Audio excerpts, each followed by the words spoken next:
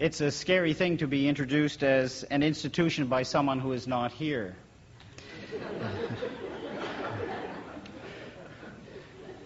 But I am glad to be here, and I'm glad that you're here too. Mr. Chairman, Dr. McCrae, and fellow lecturers, ladies and gentlemen, it was a delight for me to be asked to come and address this topic of perspectives on faith, and particularly this evening, in reference and in context with the university chaplaincy. It is commonplace, but apt, to describe a university as a crucible. For this is the place where those seeking post-secondary education initiate lifelong goals, establish their vocation or profession, and develop not only the standards and values which they will decide to be non-negotiable in their life, that's a very important decision, but also their relationship with what we call creation, and if they believe in their Creator. In other words, I'd see it as a nurturing ground for what, in the best sense of the word, and yet very broad sense of the word, we can deem to be their faith. A part, and I think it's an essential part from our point of view, of this life formation is the faith which they will profess more or less for the rest of their lives. It's not that we don't continue to grow. It's not that we don't mature and we polish those ideas and thoughts and beliefs that we have. We do that. But the foundation stones are often, mostly laid for those who attend university during this time. There was one book which I read over the summer. It took me a long time to read it. It was a hard book to read. One I've meant to read for some time, too. In fact, I started several times and then would put it down. It's by John Henry Newman, which is entitled The Idea of a University. It was written in 1852. And in it, John Henry Newman asks, "For why do we educate except to prepare for the world?" I was just reading this over a little bit earlier, just after chapel this evening, actually, and then I thought, I wonder how many of you know about John Henry Newman, and I thought I'd better give you a little synopsis of who he is. He was born in 1801 in England, died in 1890. He was brought up as an evangelical Church of England, with an evangelical Church of England family. Then he entered the flesh pots of Oxford at Trinity College and was seduced by the spiritual sources there. He was ordained a deacon of the Anglican Church in 1824. Now remember that he'd be 23 years of age at that point. 1832-33, he toured Europe. This was a formative time because when he returned, he was no longer any capitally evangelical, but had gone over more to the Oxford movement. In fact, became a leading light of the Oxford movement. Do you understand what that is? In the Church of England, the High Church movement. And he went through a tumultuous time during that. Many things were written, including those notorious tracts, especially tract number 90. And finally, after much agony himself, as well as being criticized heavily for his views within the Anglican Church, on the 9th of October, 1845, he was received into the Roman Catholic Church. He was ordained in Rome and became a priest in the Roman Catholic Church. 1845. It is after that, it's 1852, that this book that I'm quoting liberally through this evening was written. And it was written because he was asked to examine the idea of a Roman Catholic university in Ireland, and eventually became rector of it, Dublin University, 1854 to 1858. It was not a happy time. He didn't stay terribly long. In 1879, he became a cardinal of the Roman Catholic Church. And when I was reading this up this evening in the Oxford Dictionary of the Christian Church, which is a wonderful book, by the way, The volume I have, just my out of side interest, was given to me by the Anglican Church in Amherst after doing a Christian education program for them. In Amherst, the Anglican Church literally is at the back door and in the shadow of the Baptist Church. And I was over to do some, and I was a Mr. CE in Amherst at the time, and they gave me this volume, and it's been an invaluable volume for me, and I would suggest it for anybody's library. It concludes this little article by saying his genius has come to be more and more recognized after his death, and that was certainly true. If you read the idea of the university, you have to sift from it this history. There is a lot of stuff in it that obviously he is beating the drum for a particular course that he would be interested in, but out of that comes some wonderful ideas, including that, for why do we educate except to prepare for the world? A part, and I think, is to come quickly to the point here that the mission of a true university chaplaincy is to allow this formation to happen, to prepare for the world. And I think that is the mission for these students, for the university chaplaincy. Since the topic we are discussing is a university chaplaincy, and I want you to have that imprinted on your mind, it's a university chaplaincy.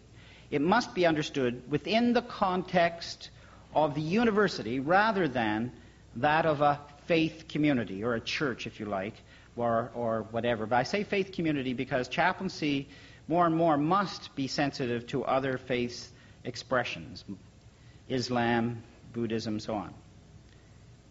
We cannot, as a university chaplaincy, be interested in perpetuating ourselves as a church. It is the same Cardinal Newman who writes, "If then a university is a direct preparation for this world, let it be what it professes. It is not a convent. It is not a seminary. It is a place to fit men, and I'm sure you would add today women, of the world for the world."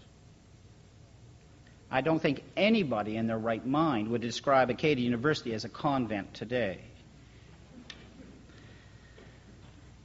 If you were tempted, I could take you on a little trip tonight, which might change your view.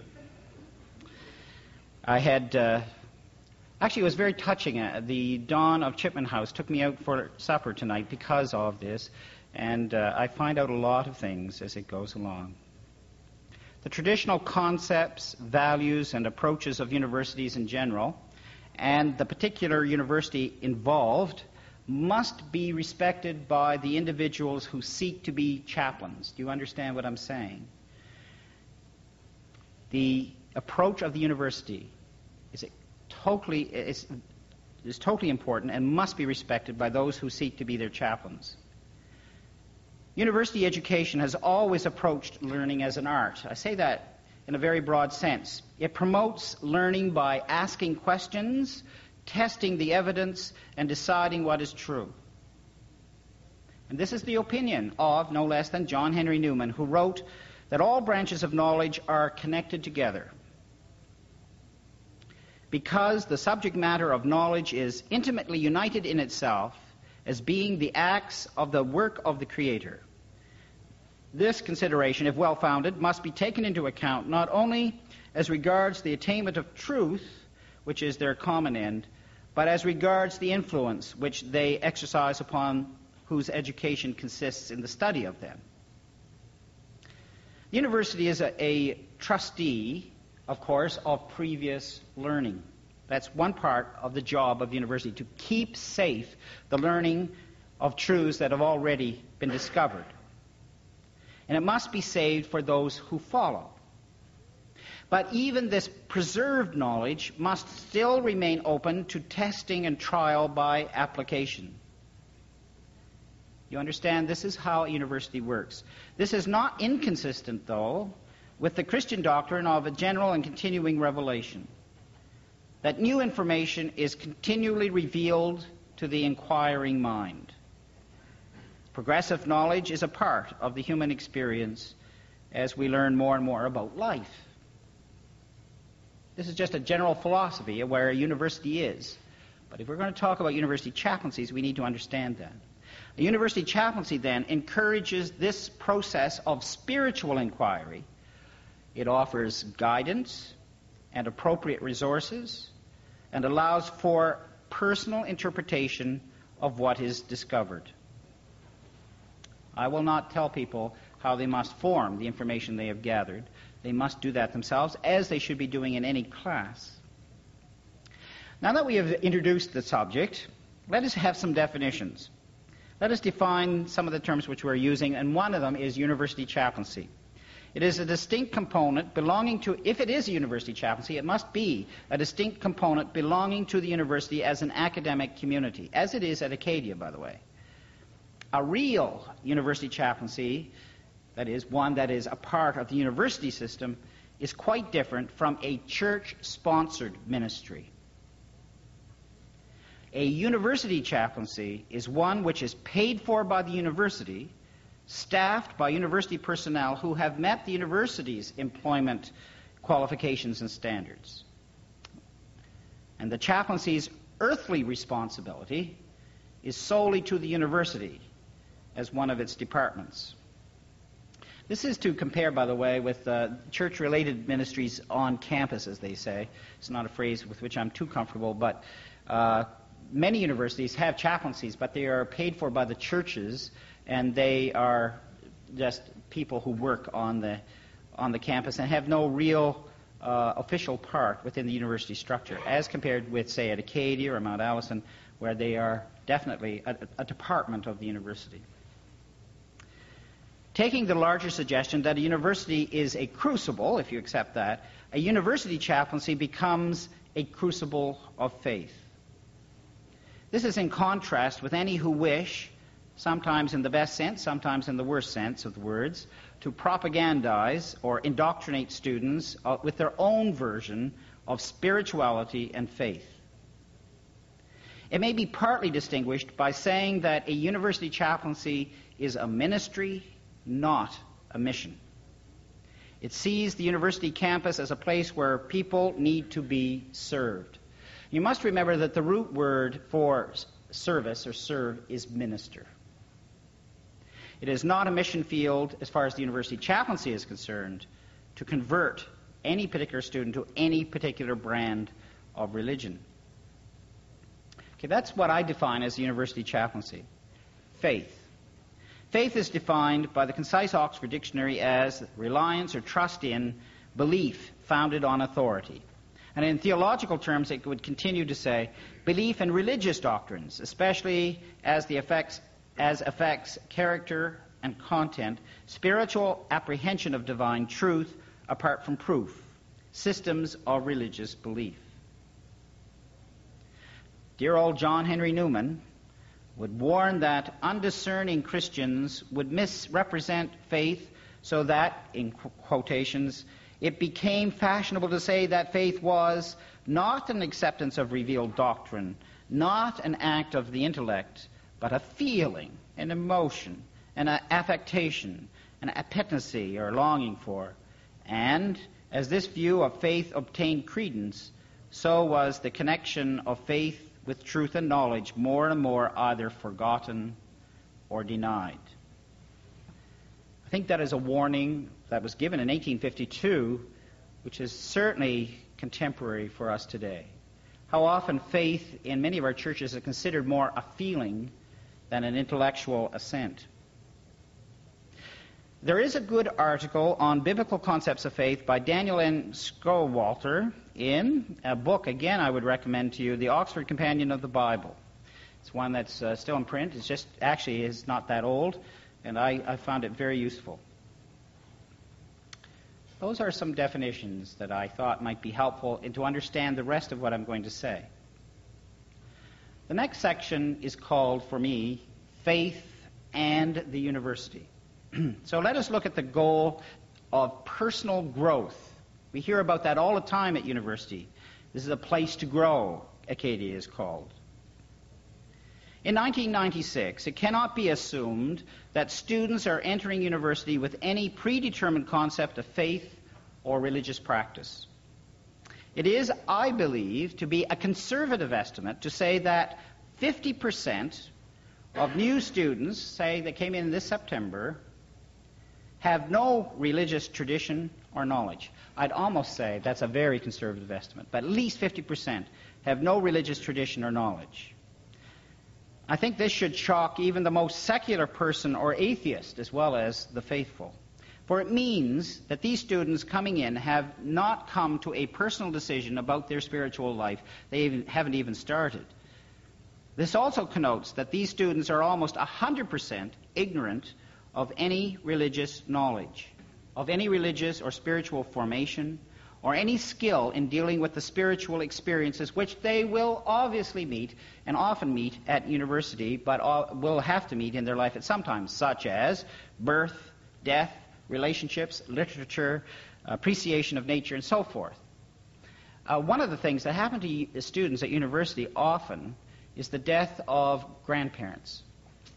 And quite often the death of a grandparent at university is a traumatic event because it's the first time a member of their family they have known personally and intimately has passed away. And over again, I have to talk with people who have lost a grandparent. Sometimes it's far more serious than that from our point of view, but it is their first grappling with something spiritual that is mortality. At the time of the terrible tragedy of the blowing off of TWA Flight 800 last summer, there was an irreverent but, I think, insightful article written by Mike Barnacle, I'm not sure if that's his real name, in the Boston Globe in July, this past July. It is entitled, "Only God Knows for Sure, but He Isn't Talking." And he writes about our human spiritual limitations when disasters occur, our typical human response. Part of it says, God sure has been busy these past few days. If you remember those days, there was the terrible explosion. We didn't know if it was a terrorist bomb or the plane had a malfunction or what it was. And people were getting terribly anxious, even if it was a few days, to find the plane and decide exactly what happened. And it didn't matter if it was under a whole pile of feet of water, and find the bodies and so on. You remember that type of instant desire to find out the answer. God has been busy these past few days. He's been mentioned more often than Bob Costas and has had to field more questions than a disc jockey on some of the oldie stations. I don't listen to oldie stations, so I don't know what that means. He goes on in his little article, of course, his, capital H here, God's, his workload increased dramatically as soon as Flight 800 was blown out of the sky. Millions wondered, how could God allow that to happen? And then he goes on, first of all, his, capital H, his name always gets dropped within the context of our worst messes. War, disease, plane crashes, terrorism, death, and violence of all kinds. Predictably, we expect too much, too quickly from him. We want answers, bodies, explanations, and solutions. We want them yesterday because we are impatient, raised in an era when instant gratification has been aligned with a lack of individual accountability that has turned social chaos into an art form. We are like our 4-year-old. Whenever the you-know-what hits the fan, we run crying to him for help, strength and advice, even though we initiated the problem ourselves. It's actually a lovely little article which points out our immaturity in spiritual things as a nation. It is this which the university chaplaincy can attempt to put to right. Only a small minority of our general population in Canada are practicing Christians. Surveys say that between 29 and 31% of Canadians attend a place of worship regularly. Since this includes older and more mature adults who tend to be more religious for a number of reasons, we might assume, although this is a guess on my part, that about 10 to 12% of new students will actively be seeking a spiritual community when they begin university life. I think that's a fairly accurate account, though. Since university encourages questioning and experiment, quite rightly, it is not unlikely that some of these same people who initially want to seek a spiritual community will drop out of a regular religious attendance, at least temporarily, just to see what life is like without it. Actually, since I've been this is my 12th year here, and it has not been unusual to have 3 or 4 or even more young people, children of the manse actually, at Acadia that I've known personally or known through their parents, who never darken the door of the chapel or I'd never see. The parents are often quite embarrassed, and they ask, we're terribly sorry that Johnny or Mary or whoever hasn't been to chapel lately. My only answer to them is maybe this is the first time they've been able to be out of the house, away from home, and try it without the church for just a while. And I don't actually think that's wrong, because I have enough faith, if you like, in our bringing up of our young people in the church, as these people would be, that they will, most of them, come back to it. But they need to do experimental things like that. They need to understand, see what they can do by themselves. The majority of undergraduate students have very little ability to articulate a personal faith. Home life from which they have come increasingly is secularized and vulgar. The public school systems teach next to nothing about spiritual formation and expression. And so this ignorance with which they come to university, in fact, makes students defensive even when they get here, and block any learning in this field, fearing that to admit to this lack of knowledge would condemn them in the eyes of believers and non-believers alike for different reasons. Those with even a latent interest in faith can be intimidated by the increasingly passive but yet easily perceived peer pressure of not bothering to think about spirituality. Now, I've seen that happen over and over again. The lack of desire to explore personal spirituality and religious belief applies not only to those with no religious or spiritual training too, but also, and please listen to me here, to students who believe only what they have been told by others.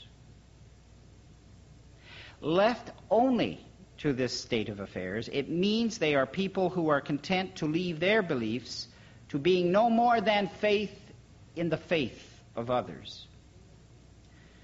And this can be very misleading to you and to me, or even to the person and the student themselves, for this second type of ignorance can be very, very articulate, repeating what they have heard others say, so it sounds really great, but it's still a borrowed faith. Too often people are satisfied. The church is certainly guilty of this. Far too satisfied with this situation that if they can just repeat what we say and just carry on the traditions without causing any trouble, then it'll be fine. But it isn't theirs.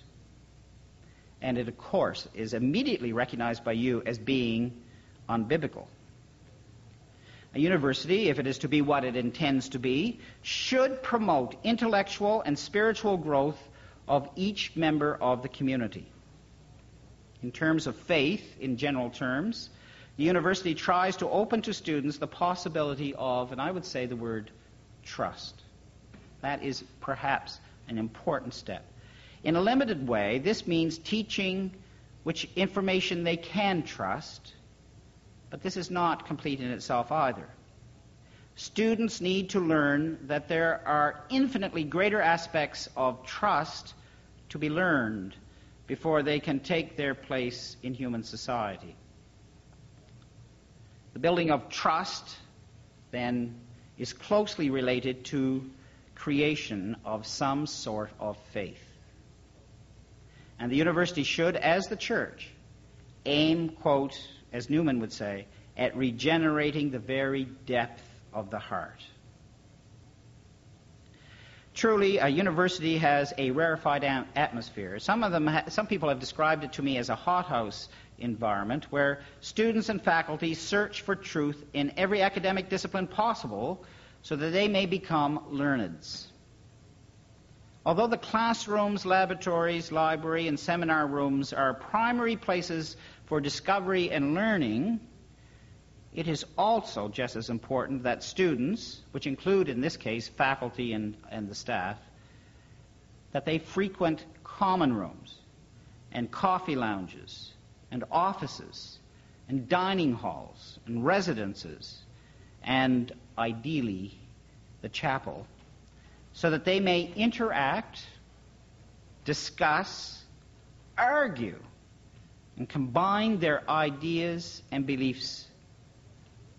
Newman again comments, I only say, if there be religious truth at all, we cannot shut our eyes to it without prejudice to it, the truth of every kind, physical, metaphysical, historical, and moral, for it bears upon all truth.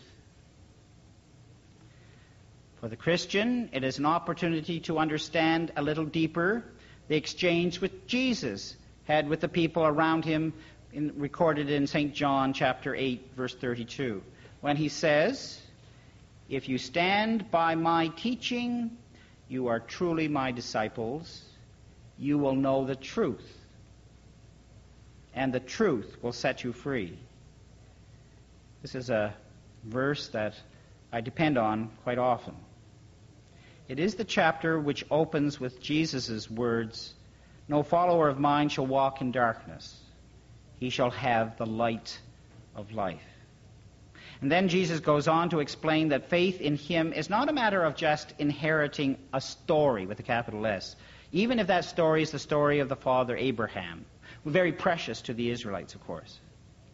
Tradition and ritual is not the content of faith, only the expression of it. Faith is a personal encounter and recognition of the truth, the fundamental truth, which has authentic authority to one's life and belief.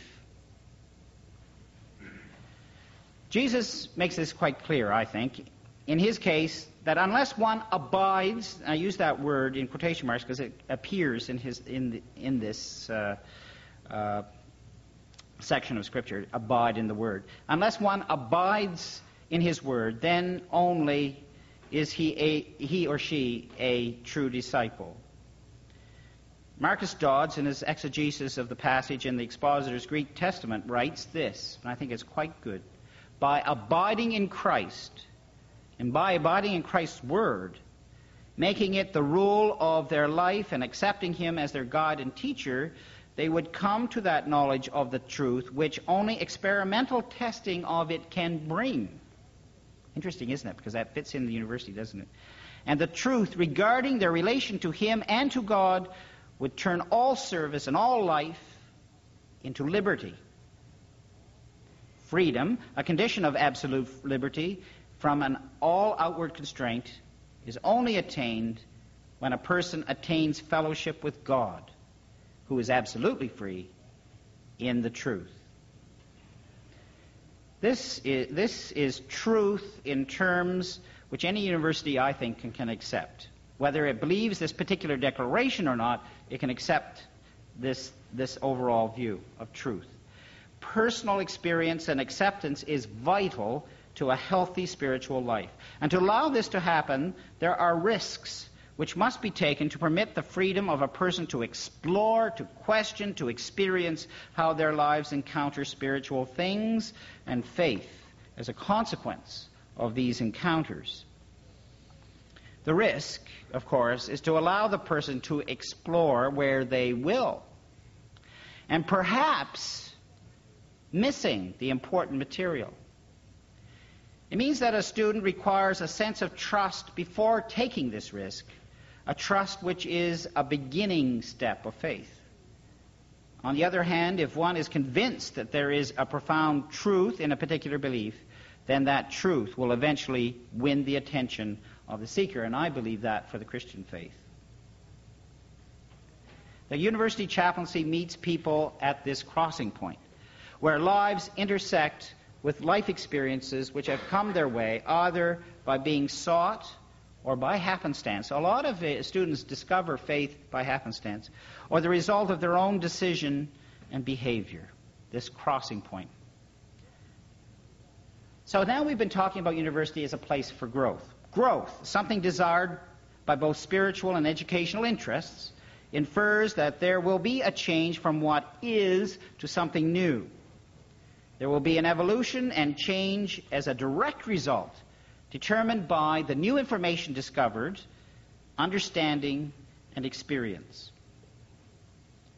The conjunction of information and experience is critical then, for at that point trust can exist, and this trust opens the door to to faith. Last Christmas, Alex Maris, who was here tonight actually, one of our chapel assistants at Acadia, gave me a little book. It's a book by Margaret Avison called A Kind of Perseverance, which is indeed her Paschal lectures on Christianity and the university. So you can see it came in quite handy for me tonight. In 1962, she had written a letter describing herself as being a rebel on in her words, a long, willful journey into darkness. But a little later on, she continued, somewhere in this effort to find her fulfilled being, a wrong self-effacement has taken place in me. I can feel the blindfold, the straitjacket, but cannot so far discover where the knots and the hooks are to undo them. I think this probably describes well many students who come to the chaplaincy to discuss these things about taking steps of faith in trust. They are looking on how to undo those knots and hooks of the spiritual straitjackets they experience. Most people, but not all, recognize that there is a spiritual dynamic in life. There is present in human life a peculiar dimension beyond physical identity. The word spirit is used and is often recognized through a sense of awe, of nature perhaps.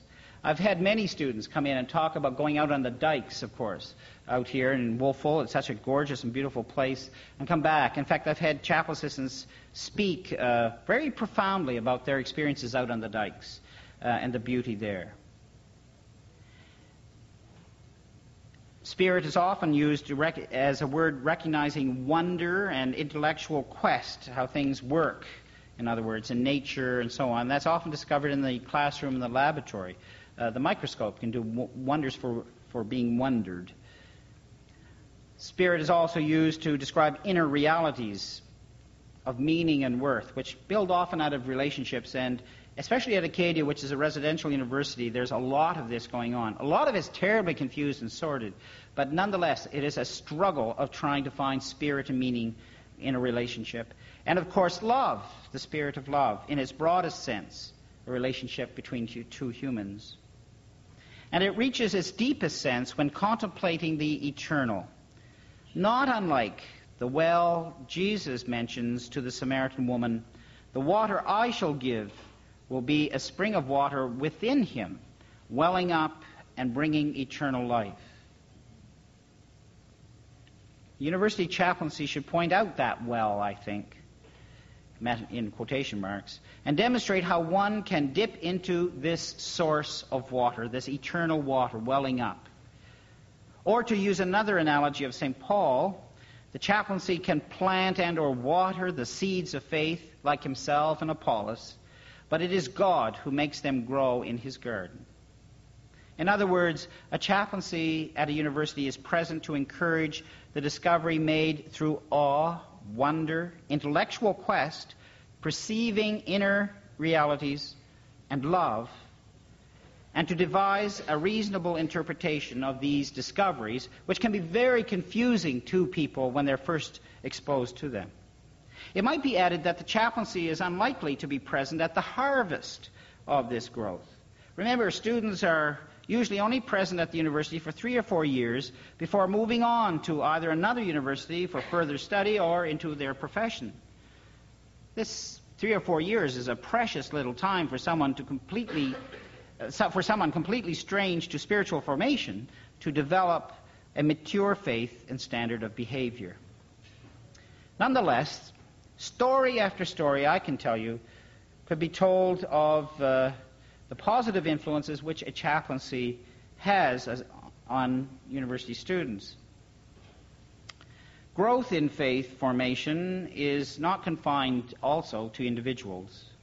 It should also be a corporate experience. That's why we have chapels and things. In the age of individualism, which is something like 1996, this is something often overlooked. Mature faith development cannot remain at the individualistic level. If there is a spiritual reality to life, life includes others, and so makes it an inclusive experience. In other words, faith demands a community of like-minded, or, if you like, spirit-minded people. In the Christian faith, of course, it is the church that is that community. She is called the body of Christ, or the bride of Christ. Certainly is by St. Paul. To have any community, it needs to be built on trust, mutual trust. Obviously, the church is built on the trust we have in Jesus of Nazareth, whom we in faith call the Messiah, the Christ. For this reason, the university chaplaincy attempts to clarify such a community. Appreciation for academic knowledge obviously is a part of this in a skeptical world. I was just reading the highly regarded theological journal at lunchtime called The Reader's Digest. And if you've read the latest October edition anyway, you will find a little article on it called The Plague of Pessimism. I usually don't admit that I ever read this magazine, but here it is. The most deadly epidemic menacing children today is not AIDS, gang violence, or teen pregnancy. It's the plague of pessimism. Tens of millions of young people are feeling their patience tried, their faith challenged, their hopes undermined. The plague's main symptom is an orgy of whining and self-pity. I routinely visit college campuses, and with a few exceptions, I don't see a lot of shining faces and enthusiastic students. It is a skeptical world, it's an individualistic world, and the students don't come out of isolation. They are products of this now.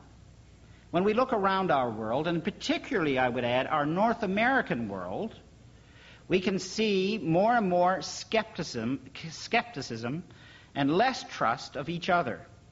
For instance, in lawmaking or in our judicial courts. How many times have you seen a lot of people, in Nova Scotia of all places, who are generally quite modest in their demonstrations, screaming about the court's ruling in many cases and complaining about their authority. People find it difficult to believe, have faith in, whatever keeps society going. Violence and law-breaking have almost become respectable. Demonstrations, strikes, and language are so violent that they break into legislatures, such as in Halifax and in Toronto. And remember, the legislature is a symbol of our civilized society of learning to trust and live together. And here are citizens breaking into them. Some others destroying company property, these people who are on strike, which endangers lives, like the cutting of telephone cables last summer and the MT&T strike, and screaming vulgarisms and blasphemies when respectful dialogue is the only way for a solution. We don't solve anything by screaming or with vulgarisms or blasphemies. We settle it by civilized discussion, and that doesn't happen at first. Growth in learning and trust includes not only the individual, but then the collective body. For spiritual people responding in faith, this begins with worship. This is the first call of a greater being, I say that advisedly, of God, in other words, to believers. The first call of God on any of us is worship. If there is a God, then obviously the first duty of people is to worship that. Everything else from that. Great disputes break over this one topic, so a university chaplaincy needs to be well informed about this matter and be alert to mistakes and misunderstandings. There are people here in this audience tonight that know I'm very alert to mistakes and misunderstandings in worship. The conduct of worship in a university, this is also in churches, but I'm making the point of university here, needs to be in a way which guarantees the best possible in theological thinking, the best avenues of worship in music, the best scripture translating, the best in prayer, the best in spiritual discipline. A university chaplaincy also needs to be well aware of the rich heritage of worship which has been used throughout the centuries by worshiping people. Universities preserve knowledge, remember? And actively preserve this treasure house of liturgy. And I hope and pray that in some way, shape, or form we do that at Acadia. To summarize the topic of growth, then, which is an essential part of university life, including the chaplaincy, let us remember that learning, the reason for being at a university, implies that there is more unknown information and experiences to be discovered and grasped. Thus, even in chaplaincy, it needs to be recognized that specific conclusions need to be qualified with new information. Chaplaincy itself needs to know the risks which must be taken during the exploration of spiritual life and place trust in the words of Jesus. And the truth shall set you free. That is the first section. Now, if I was wise and followed the example of our first lecture, I'd say now to finish up, but I'm not. Educational mission is the next section.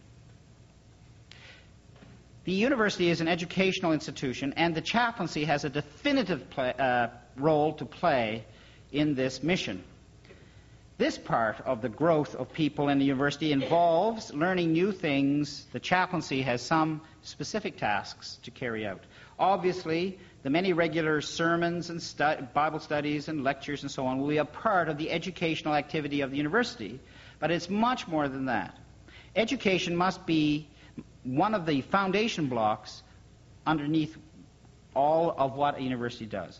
This is a part of what makes a university chaplaincy distinct from other forms of chaplaincy. The principle of education must be a consideration in all what a university chaplain does. Worship is an example. At Acadia, we have 12 different university services. I put that in quotation marks. That is a service sanctioned, that's a part of the university program. University services a week each term. Where else should one expect to find a liturgy which is knowledgeable of the principles and practices of worship? You see, universities are also the preservers of knowledge that it may not be lost, so that we find and if it is lost, we will just find ourselves in another dark age. The discoveries and experiences which were true to worshippers throughout history should not be lost either. Or a great treasure house of superb, conscientious, authentic acts of worship would be lost on a liturgical oak island, hidden by pirates, or, to mix a metaphor, pillaged by Philistines. Now, this is not to say that university worship is required to be archaic, but contemporary worship is incomplete unless it also acknowledges the communion of saints and integrates what others before us have found of value. In fact,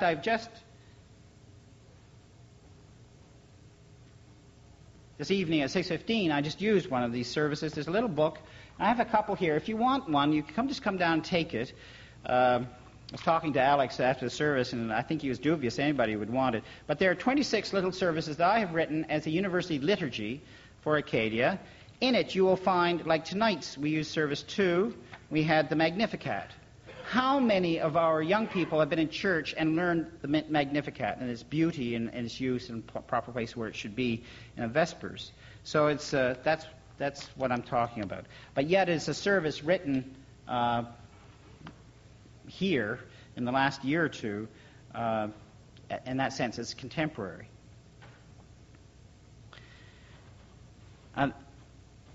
Not only is there a treasure house of liturgical gems, but there has grown a knowledge and wisdom in the principles of worship. There are acknowledged and accepted attitudes and forms of worship which are deemed more reasonable and correct than others. In other words, one does not begin a service with a sermon, for example, for it would be obviously out of place. You do need to know the text upon which the sermon is based, presumably, and so the lessons are read, and so on. You would not read the epistle before you read the Old Testament, and so on like that. Over the centuries, the study of worship has offered much refinement, in the best sense, of the conduct of worship. There is no need at all in these days for chaotic liturgy in today's worship or ignorance in how to carry out the congregation's worship of God. I might say that the Divinity College has a little newsletter called Update, which I happen to receive. And on the front page, the principal writes an article, a page article. And usually it's a wonderful little homilies and so on. But lately, they have been wonderful, superb little articles on worship, which has gladdened my heart. Church music. As we've already heard from Professor McCarthy's lecture and demonstration with the vocal ensemble on Tuesday evening, has a special use in worship. But it can be quite a controversy. No matter how it is done in the church, it is, in fact, an expression of the congregation's worship of God, music. At a university, with the gift of a school of music, as we have here, or a department of music in other places, and equipped with some of the best facilities, if you've been in the chapel, you'll understand what I mean, the beautiful building, the exquisite pipe organ, and availability of a widely experienced professional organist, the vocal ensemble, which Marie has. These are obvious things that need to be included from time to time in the use of university worship. It would be sacrilegious, I believe, to offer anything less than the best to God as a part of our worship. These are the things of which we have available to us here at the university, and we use them. Music, which has been refined over the centuries, must relate to the rational, that is, to the mind, as well as to the emotional, without fail, in what is the most suitable for university worship. University, you just don't have emotional worship without the rational, or it isn't university worship. It is inevitable that the chaplain at a university will be involved with spiritual counseling as well. Although a university usually has an excellent counseling center, such as at Acadia, a chaplain must deal with the spiritual ramifications of a whole host of crises and situations which people encounter. Again, it must be expected that a university chaplain is trained and experienced enough to see these crises through, allowing the people not only to resolve their questions, but to learn spiritual matters from them. I could keep you here longer than I am, with all sorts of stories and that sort of thing. And finally, in the educational part of the university, the chaplain must be prepared to speak at other places of the university, such as classes and seminars, and particularly present the message of religion and society. In everything which the chaplain prepares, it must be done as academically as possible so that it can connect with the studies at hand. It must be expected to be argued and attacked by the students as well in an academic quest for knowledge and truth. And you must be prepared for that by those being addressed. A chaplain has to be reasonably informed about geology, like last night, biology, chemistry, physics, political science, psychology, literature, history, philosophy, music, or any of the other academic disciplines which can be encountered on a campus. And these must be integrated into spiritual belief and expressions of faith. If you don't know, like I knew nothing really of geology, I learned a lot last night about it. And that will sit in the back of my mind all while I'm here. Modeling. This is a short little section. A more abstract perspective of faith in the chaplaincy is modeling of the faith. This is basically the construction of a trust, again, which is so important to faith, as I pointed out. People watch. They do. You watch. I watch. They watch. Both consciously and unconsciously watch. They're not always looking at you just to see what you're doing, but they just unconsciously notice. And they make observations which are formative to their own faith and what they believe they can trust. And they watch the chaplain. Faith is something which needs to be nurtured as any living thing, and the nurturing is partly accomplished through being an example. You and I know that. Being a model. for those others who are still inquiring. The pressure, I must admit, is intense in the chaplaincy, for one can be observed in many situations on campus. Each one allows for the integrity of the chaplaincy to be displayed or betrayed. And often, I know when I'm around, you don't know you're being judged, but you're always being judged. And sometimes you're being judged unfairly. You don't always know you're being judged, and they don't give you an opportunity to explain what they may misunderstand. The risk is that if faith is to be on the growing edge of life, then there must be room for creativity in development and expression. And this must appear in all sorts of things, in our worship and in our mission in the university. The chaplaincy in the perspective of faith needs to tell the story of faith. As a humble illustration, I just have these little books here. I've decided last year that we would have a little publication series. And one of them is by our former chaplain, Judson Levy. It's some meditations that he had. And they're available up in the bookstore, but they're published by the chaplaincy department. Another one by Dr. Morris Lovesey this time, on C.B. Lumsden, one of our former professors, and I think a significant man that we should know more about, and so hence here's this book. Dr. Dorothy Lovesey, the Lovesey twins, has done one on Silas Rand. I heard her do that at a Bible Society meeting, and I thought it was an absolutely superb thing that should not be lost. Silas Rand has connections with Acadia, and so that should be known. Last year, we had a series of sermons in the chapel each Sunday night. One of them was given by Professor Michael Bawtry. It had a significant effect upon a lot of the students there, and so I have it published in a little booklet called A Talk About Signposts. The chapel assistants themselves have given talks, and there's a little booklet called Morning Chapel, where last year's talks, which they've given, and you find Alex is there amongst them, as sort of an expression of student faith. And I think you'll be quite surprised and moved by some of it. Here's a prayer. I did this for the chapel reunion a few years ago. Prayers by I. Judson Levy, Here and Now. Those are things that we need to do. Finally, incarnational faith. One of the delights of a university chaplain is to witness students who have come to the university and have been sincere and diligent about learning and growth as people, crossing the stage and kneeling before the university chancellor to receive recognition as worthy students. It really is very moving to me to see that, actually. These students supplicate for a degree. They're not granted to it just because they did all these courses and passed exams, much to their surprise. It's granted to them by the body. That's why they kneel before the chancellor, you see. The chancellor is like the queen, the head of state, the head of the university. He embodies the university, the professors and the staff and the students together, all of us. And they kneel before the rest of us by kneeling before the chancellor, and a degree is accorded them by being deemed worthy. Now, I know that's the ideal explanation, but that's where it comes from. And this is a rite and illustration of the faith which a chaplaincy wishes to promote. It is an incarnational faith, words which are chosen deliberately so that Christians might recognize a very important parallel. In a university, if a university is a place where people learn to incorporate as much learning as they can, and let it become not only an ornament to their conversation, but a part of the substance of their lives, then same with faith. If that happens, they have an incarnational faith.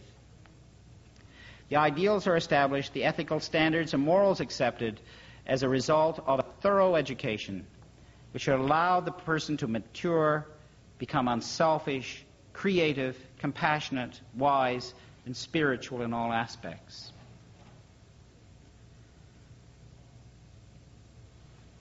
I'm actually going to just skip a little line here and just go on to a conclusion that I've drawn up here. Chaplaincy is fundamental to any special place or personal growth. In the armed forces, we find a chaplaincy corps.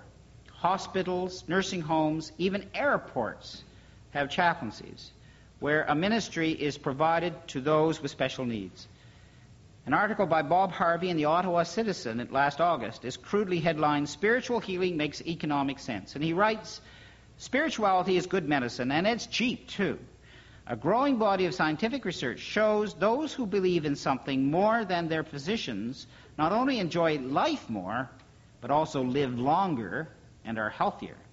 They also cost the healthcare system about a third less, according to Dr. Richard Friedman, a Harvard University psychologist who studies the impact of behavioral changes on the economies of healthcare."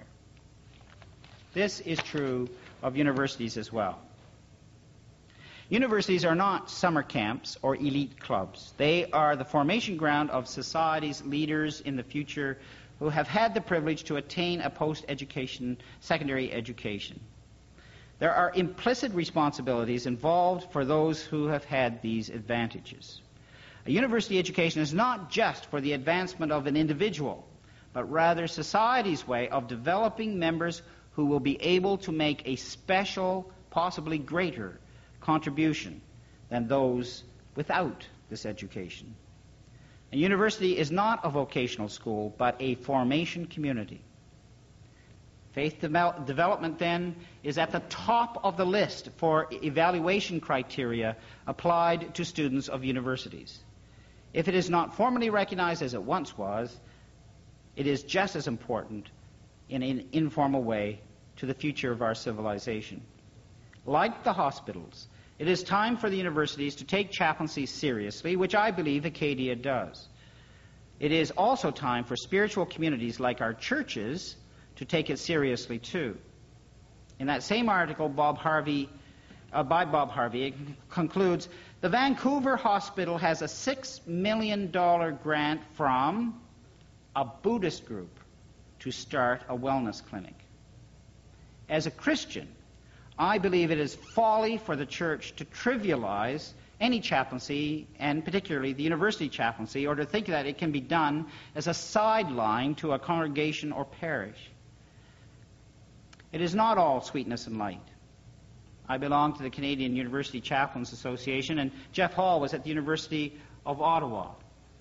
And he wrote on, and we're on the internet, and we have a little email list, and we write back and forth to each other. Very valuable. And last March, it was very sad when he announced that 3 or 4 chaplains were being cut from the University of Ottawa because of financial constraints. It is this month, just a few days ago actually, he wrote to us that he himself is being cut at the end of this month. Tom Oosterhuis, who is university chaplain at the University of Alberta, responded in this little email thing, and this is what he said.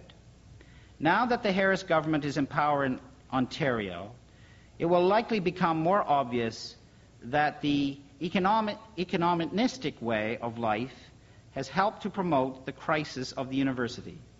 But the problem may not necessarily be with those people out there who want to reduce our funding, but is likely a genuine spiritual crisis within the university.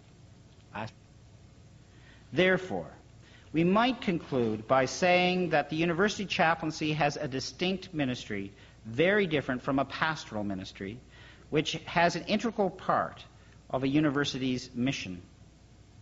Because it is misunderstood by the church so often, and often by those who are a part of the university, this chaplaincy can be in peril.